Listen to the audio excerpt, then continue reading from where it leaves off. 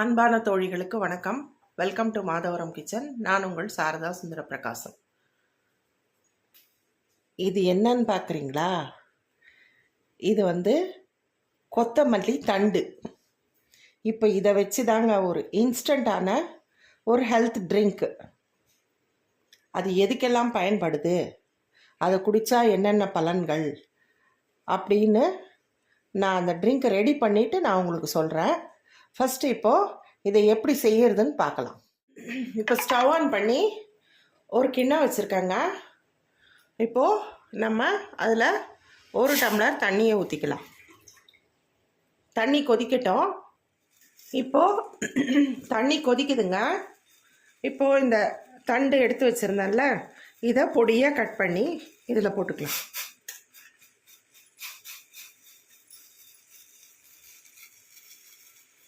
கொதிக்கட்டுங்க.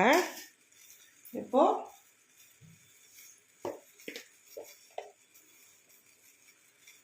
ஒரு pinch salt, ஒரு 1/4 teaspoon மஞ்சத்தூள்,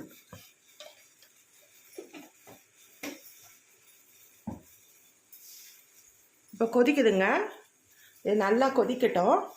இப்போது ஒரு 10 மிளகு, ஒரு 1/2 ஸ்பூன் சீரகம், இதை நான் கொரகொரப்பாக அரைச்சி வச்சுருக்கேங்க. இதையும் இதில் போட்டுடலாம். இப்போ நல்லா கொதிக்குதுங்க. அந்த கொத்தமல்லி தண்டில் இருக்கிற அந்த கொத்தமல்லி ஃப்ளேவர் அதெல்லாம் அந்த தண்ணியில் இறங்குது. இப்போ நம்ம சால்ட் போட்டிருக்கோம், மிளகு சீரகம் போட்டிருக்கோம், மஞ்சத்தூள் போட்டிருக்கோம். இது நல்லா அப்படியே கொதித்து 1/2 டம்ளராக சுண்டணும். அது வரைக்கும் நம்ம 1 டம்ளர் தண்ணி ஊற்றணும்ல, இது 1/2 டம்ளருக்கு வந்துடணும். அது வரைக்கும் நல்லா சுண்டணும். சுண்டின அப்புறம் நம்ம பார்க்கலாம். அவ்வளோதாங்க, இது சுண்டிடுச்சு. இப்போ இதை ஃபில்டர் பண்ணிக்கலாம். இதை ஃபில்டர் பண்ணிக்கலாங்க.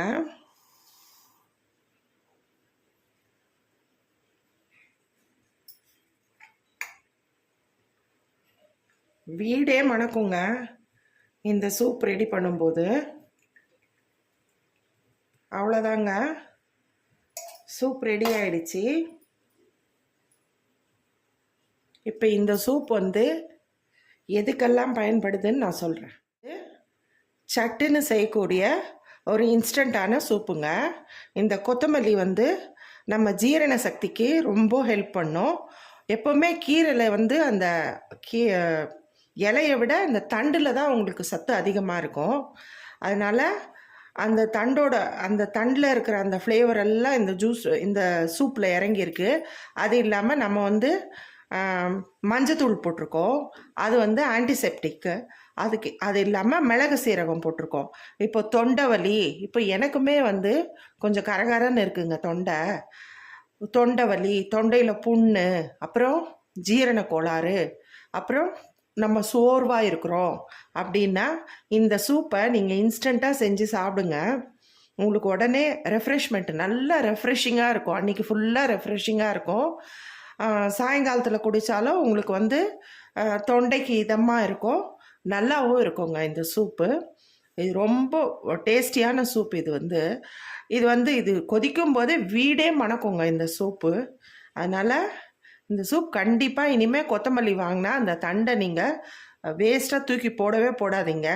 இந்த மாதிரி கொதிக்க வச்சு எல்லாருமே குடிக்கலாம். குழந்தைங்கள்லேருந்து பெரியவங்க வரைக்கும் எல்லாருமே குடிக்கலாம். இதில் ஒன்றுமே இல்லை. என்ன, கொத்தமல்லியை நல்லா க்ளீன் பண்ணணும். அந்த தண்டை கொஞ்ச நேரம் உப்பு தண்ணியில் போட்டு கொஞ்சம் நல்லா க்ளீன் பண்ணிவிட்டு அதுக்கப்புறம் நீங்கள் இந்த மாதிரி ஒரு இன்ஸ்டண்ட்டான ரெடிமேட் சூப் பண்ணி குடிச்சு பாருங்கள். அப்புறம் நீங்களே உணர்வீங்க. இந்த வீடியோ உங்களுக்கு பிடிச்சிருந்தா லைக் பண்ணுங்கள், ஷேர் பண்ணுங்கள், கமெண்ட் பண்ணுங்கள், மறக்காமல் சப்ஸ்கிரைப் பண்ணிவிடுங்க. Thank you friends.